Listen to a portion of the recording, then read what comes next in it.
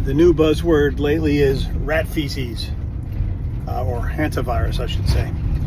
So the hantavirus is a pretty deadly virus if you catch it, which is extremely rare in the United States.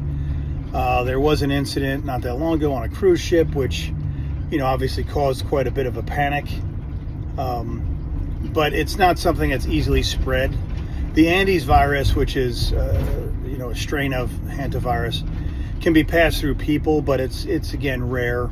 You have to be in close proximity with those people for quite some time, to be able to pass it.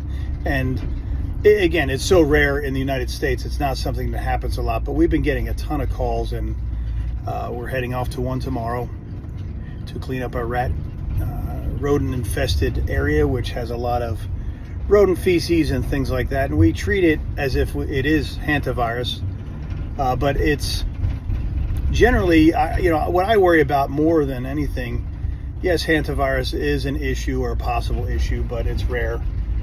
What I worry about is just the, living in anything that has feces from rodents, because obviously it could cause quite a few issues, respiratory issues and other illnesses, not necessarily all life-threatening as in the hantavirus, which has something like a 30 or 40% mortality rate, which is pretty high, compared to something like COVID, which if you're generally in decent shape and young, you would, that's like a 1% or less mortality rate. When you're up there in your 80s, or if you have some kind of immune issue, then then COVID can be up there as far as the mortality rate. But it's but hantavirus is rare, but people living with rodent issues is quite, prevalent in the South.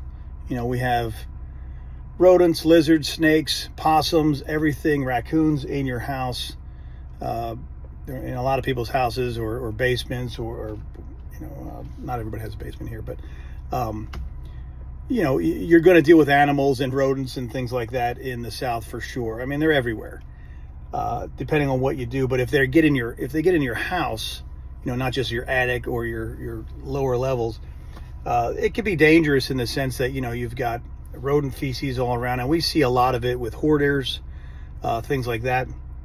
And when I mean rodent feces, like a lot of it, like a bucket full, pounds of it. We deal with that quite a bit. So yeah, we treat it like it's Ebola. Every rodent dropping is treated as if it's a deadly virus pill.